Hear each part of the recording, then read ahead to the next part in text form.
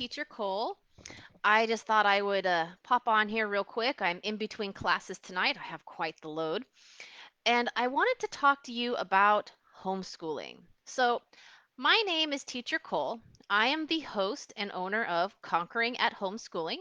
I also run my own teaching program. It's a company I own called English International. And today I am teaching a lot of students, but I wanted to get on here real quick and talk about who I am and how I started. So, I actually started my journey as a teacher as a homeschooling parent. This is I hate to admit it because it sounds so long ago, but this is more than 15 years ago. So, why do people choose to homeschool? There are many, many different reasons. Some people school's just not working out for their kids, right? Sometimes they have learning difficulties, there's bullying issues, maybe they're just having a hard time understanding, or they're just school's just not really working for them for some reason. Um, Other times, it can really vary. You can disagree with the learning structure, you can disagree with maybe what is being taught, or it just doesn't match your values and morals as a family. For me, it started out with my own children.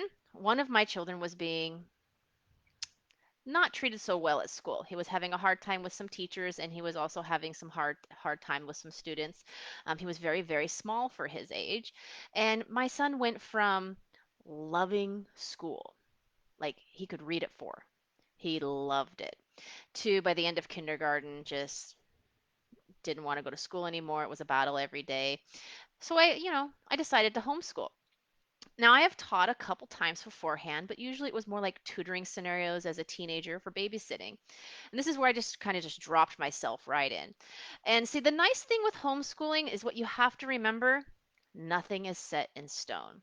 The whole point of homeschooling is it doesn't have to look like school.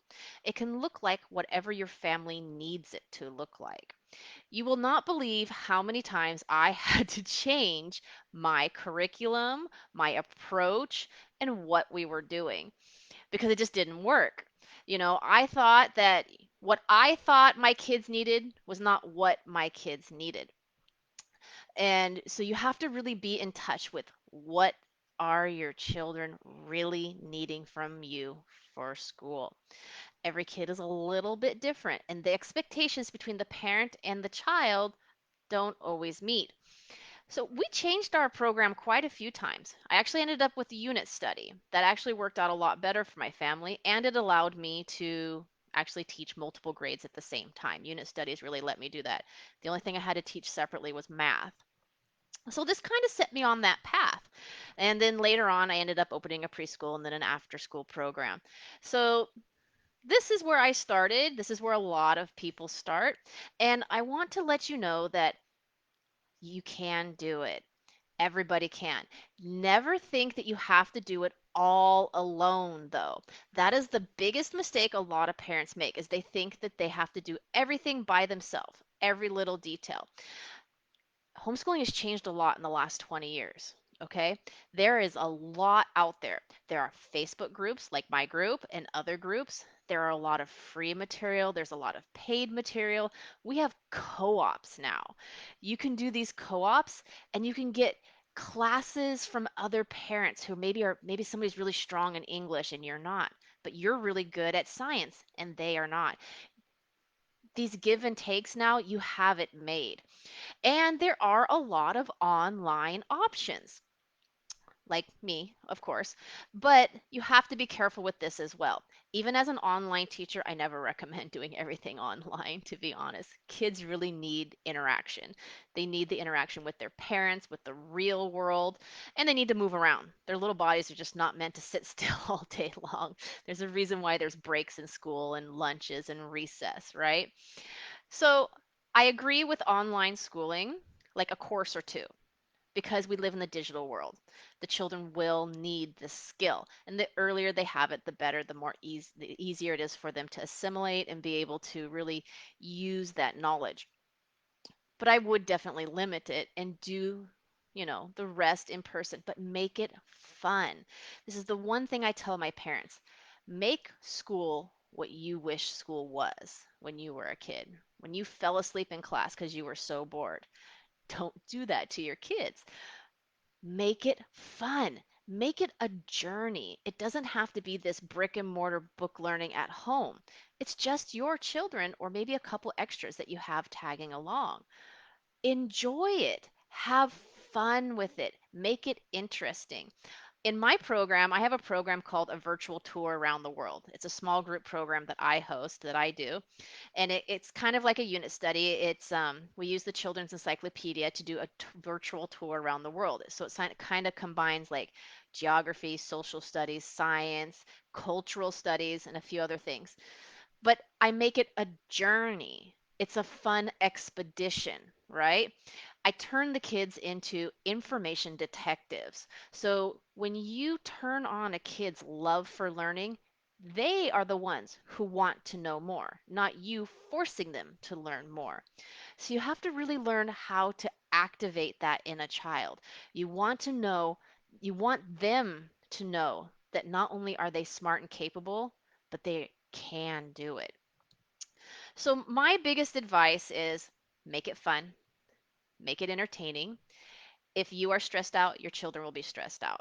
So if it's not working for you, it's probably not working for them either. Change it. Nothing is set in stone. Find out what works. Don't worry about, oh, I have to do 4 hours today or I have to do 5 hours, which, by the way, I never did. It goes a lot faster when there's less children. But every day is a learning moment, okay? Every hour, every day is a learning and teaching moment. School does not have to be Monday through Friday from 9 to 4 or from 8 to 2. It can be all day, every day, weekends, holidays, summer. But it doesn't have to be strict book learning. You can take those family moments, those family outings, those are field trips, those are live science projects, okay? Make it an adventure, something that is exciting and they want to go to every day. Now, there are boring parts of school, and I actually tell my own students the same thing. I say, okay, now we're going to do the boring part because it is the boring part, right? When I have to teach, what is a comprehension strategy or, reading comprehension or, okay, this is a simile and, you know, some of it is actually it's kind of boring, but we get through this boring part, we can move on to the fun part. So let's get through this. Okay, let's learn it really well. And once we've mastered it, we can go back to the fun stuff. And I actually say this, and so they can see that light at the end of the tunnel. So be very honest with them, be upfront, have discussions, but make it fun. Enjoy it because your children one day are going to leave home and you're not going to want to miss this wonderful opportunity that you had to really get to know them and to help them become wonderful, loving children who love learning, which will help them when they get older. Don't miss the opportunity, spend the time. I hope I see you guys again soon. I will be doing another reading on Tuesday. And don't forget to vote on the poll to see if I will add another reading on another day. Good luck, you guys. I hope I see you soon. Goodbye.